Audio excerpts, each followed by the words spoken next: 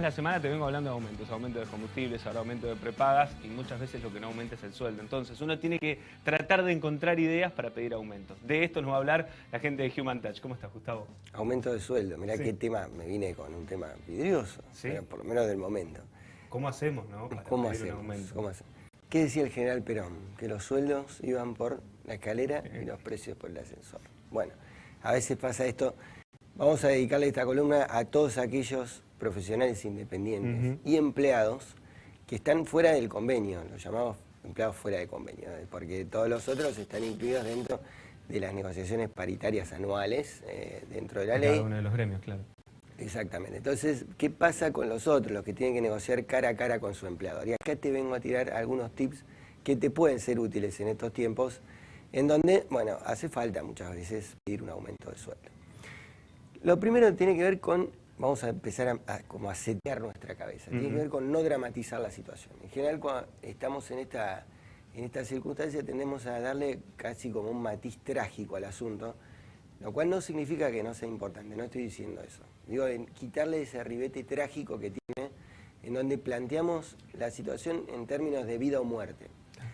Y esto nos lleva a tener un alto compromiso emocional y que incluso en los peores casos puede plantear la entrevista con nuestro empleador, nuestro jefe, en términos de un duelo. Un duelo, tipo el duelo de la pistola, ¿viste? Sí. En donde parece que alguien tiene que ganar y el otro tiene que perder. Bueno, esto es lo principal, lo prioritario, digamos, a tener en cuenta. Porque esa carga se lleva a la hora de la charla. Tal cual. Y justamente al respecto de la hora de la charla, vos sabés que una de las cosas que más frecuentemente observamos es la falta de planificación en la charla. Cuando tenés que hablar un tema que, como te decía, no es dramático, pero es importante, es crucial que lo planifiques en el momento de hacerlo. Porque a veces, viste, uno como que viene demasiado cargado y lo larga todo de una, entonces lo larga en un mal momento en donde la otra persona está con presiones, con otras circunstancias en la cabeza, el foco en otro lado, y hace que los resultados no sean del todo buenos. Tercera cosa, acá está un poco el carozo del asunto. La mayoría de la gente dice, che, mirá, depende del grado de confianza que uno tenga con el jefe, ¿no? Pero supongamos un trato así formal. Mire, yo estuve viendo que como los precios aumentan, a mí no me alcanza. Bueno, error. ¿Por qué?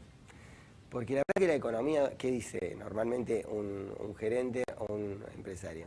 Mire, su economía es su economía, yo qué tengo que ver con que usted no le alcanza, gaste menos. Bueno, entonces eso lleva a una polémica, viste, que no conduce a ninguna parte. Entonces, ¿sobre qué te tenés que anclar para pedir un aumento de sueldo? Hay un acrónimo que es el acrónimo EMI. Tienen que ser sobre hechos específicos, medibles e importantes. Cosas que vos hayas logrado en tu trabajo, en tu empleo, que tengan que ver con algo bien concreto, que sea una mejora, pero efectivamente medible, y que sea una mejora importante. Porque acá esto te va a dar el principal argumento a la hora de pedir un aumento de sueldo. Porque si vamos por el lado de, por ejemplo, la inflación, en esto hay que ser claro. Una cosa es la actualización del salario por inflación, que debería, digamos, ir copiando a la inflación, aunque no siempre pase, pero en el ideal. En el ideal. Pero bueno, todo eso que lo vaya empatando tiene que ver con actualizaciones. Nosotros estamos hablando de aumento de sueldo que va por encima de esto. Entonces, si vos lo vas a anclar en que el contexto o que a mí no me alcanza, bueno, es uno de los principales errores. Así que esas son las principales ideas que quería traer en el día de hoy. Y bueno, finalmente con esto redondeo, por más que parezca una pavada, podemos saber lo importante que es hacer como una especie de guión y ensayarlo.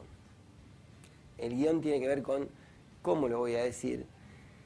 Y ¿sabés lo que da mucho resultado? Poder ensayarlo con otro, porque a veces el lenguaje corporal va en el sentido contrario al que queremos. Entonces, yo te decía, bueno, no plantear la conversación como un duelo, a veces el lenguaje corporal es fundamentalmente inconsciente, no nos damos cuenta que estamos transmitiendo con nuestro lenguaje corporal algo que estamos en las antípodas de quererlo, que es para plantear las situaciones en términos de pelea.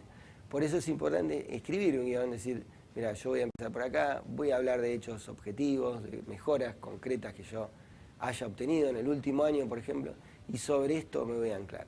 Tengo que ser muy claro respecto al argumento y, por supuesto que, además del contenido, las formas son importantes, por eso el ensayo y verificar que nuestro lenguaje corporal no esté dando una imagen contraria a lo que queremos decir. Claro, porque van de la mano, el Sin lenguaje oral y el corporal. Sin duda. Buenos tips para tener en cuenta, sobre todo en este tramo del año, donde, bueno, decía, arranqué la semana hablando de aumentos, aumentos, aumentos, y es momento también por ahí de hablar de los sueldos. Tal cual.